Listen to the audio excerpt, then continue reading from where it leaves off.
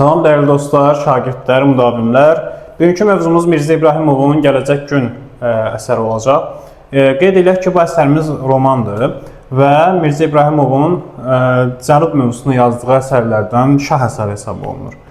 Və Gələcək Gün romanı bildiyimiz çox geniş bir əsərdir. Biz bunu dərslikdə ixtisar formasında verilib deyə oxuyanda müəyyən qədər şagirdlərin çətinlik yaranır, anlaşılmazlıq yaranır.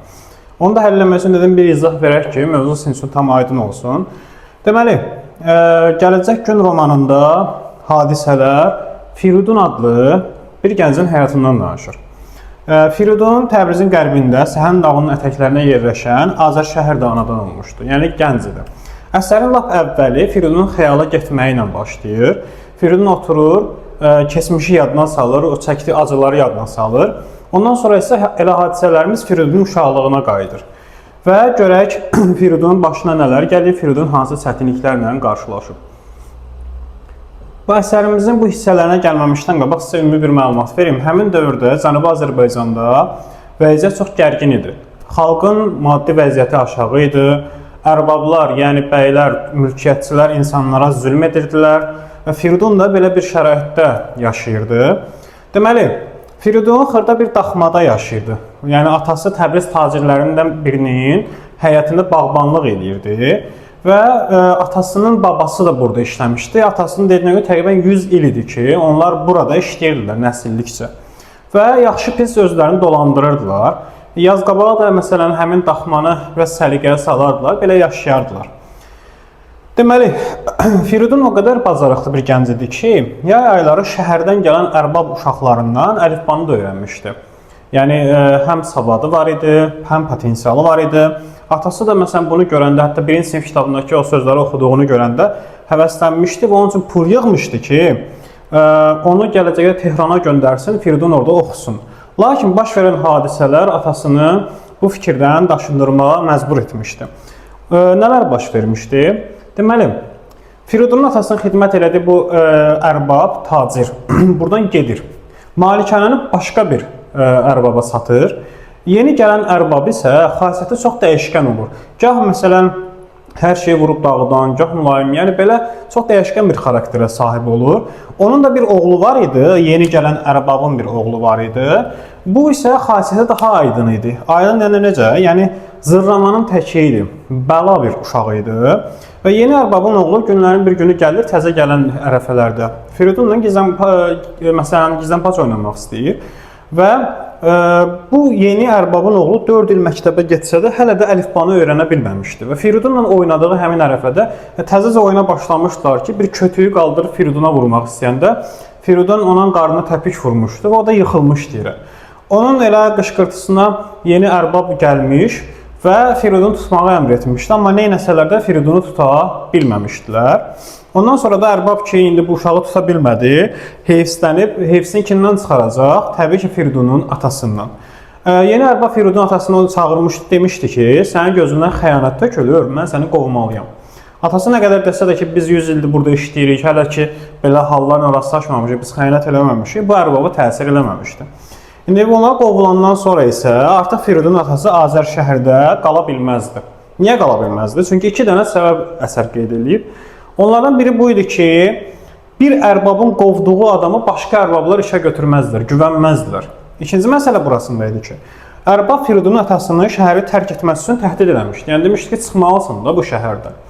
Onlar da məcbur qalmışdılar, Təbrizi tərk edib Tehrana üst tutmuşdular. Və onların müsibəti də, faciəsi də burada baş verir. Tehran səfəri çox çətin keçir, maddi yoxsulluq, sıxıntılar, dərd, qəm, qüssə Firidunun anasını, necə deyərlər, həlak edir. Və günlərin bir gün Firidun hətta gecə oyananda görür ki, anası ağlayır.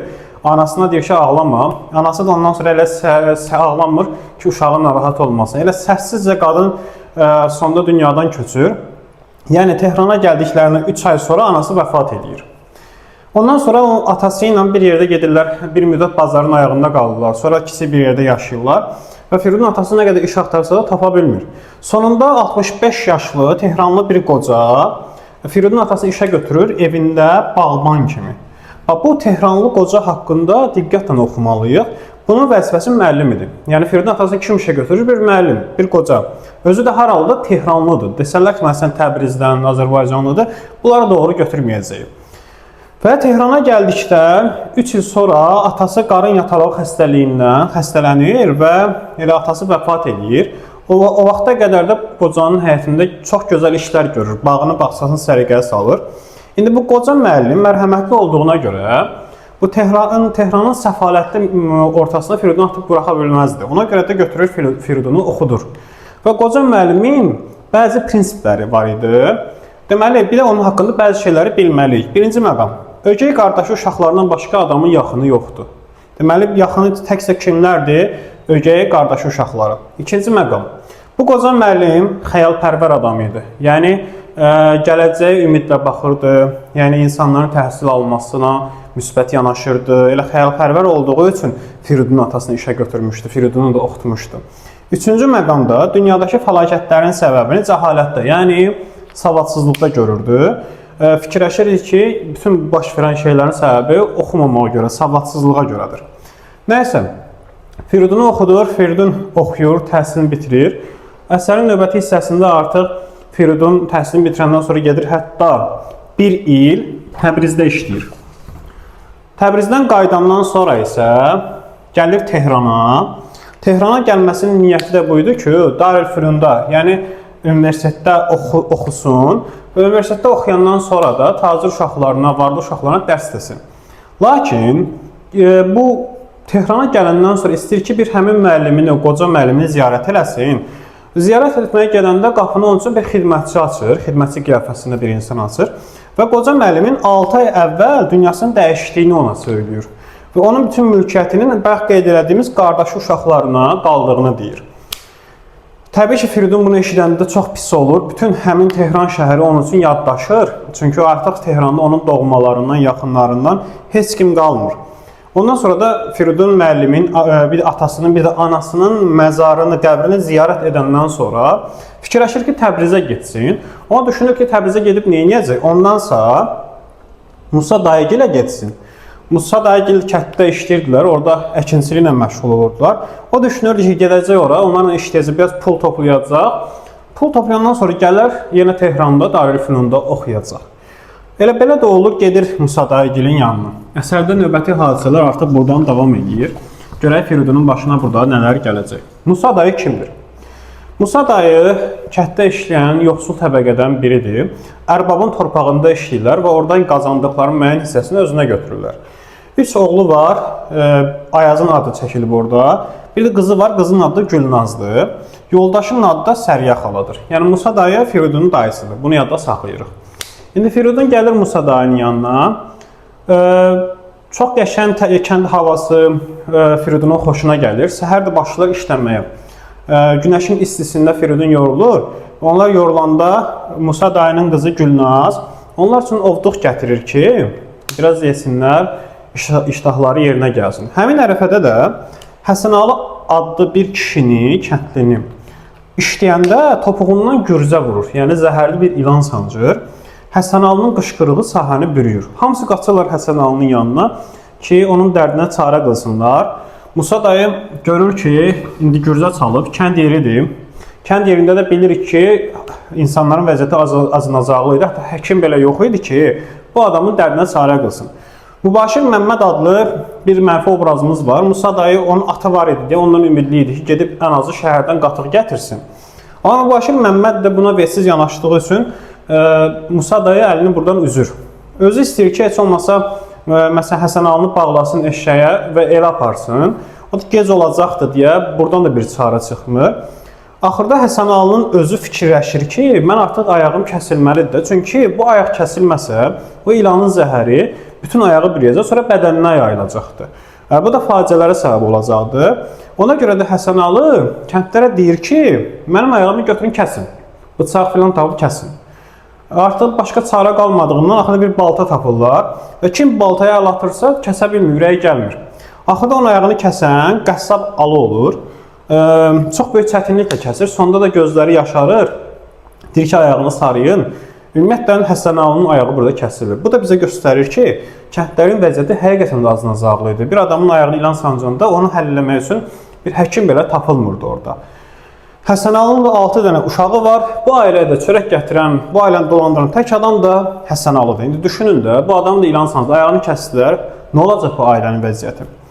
İndi bu ərəfələrdə kəndlilərin maddi vəziyyəti pisləşdiyindən, dolanışıqları çətinləşdiyindən hamı bir-birindən nə etməli sualını verirdi. Yəni insanlar bir araya gələndə necə olacaq bu işlərin axırı, nə etməli sualını verirdilər, o işə çarə axtarırdılar. Amma bu suala heç kim cavab tapa bilmirdi. Bax testlər soruşsa ki, nə etməli sualının cavabını Firidun bilirdi və s. bunlar yanlış məlumatlardır. Deməli Firidun da kəndlərin halını görürdü və onlara yanırdı.